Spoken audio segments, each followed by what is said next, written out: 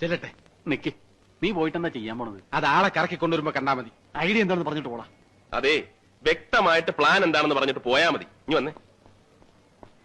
ആ പറഞ്ഞേ. ആദ്യം ഞാൻ നേരെ ചെല്ലുന്നു. അയാളുടെ ദേഹത്ത് പതുക്കെ ഒന്ന് മുട്ടിയിട്ട് അറിയാതെ പറ്റിയ സോറി എന്ന് പറയുന്നു. ഓക്കെ. എന്നിട്ട് മുഖം ഒന്ന് ഉയർത്തി സേതുമാധവന്റെ മുത്തച്ഛനല്ലേ എന്ന ഒറ്റ ചോദ്യം.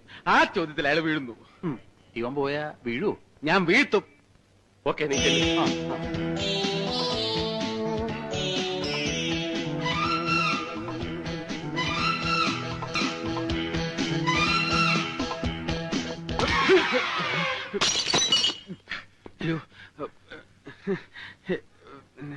എന്റെ അമ്മയെ നാട്ടിച്ച്.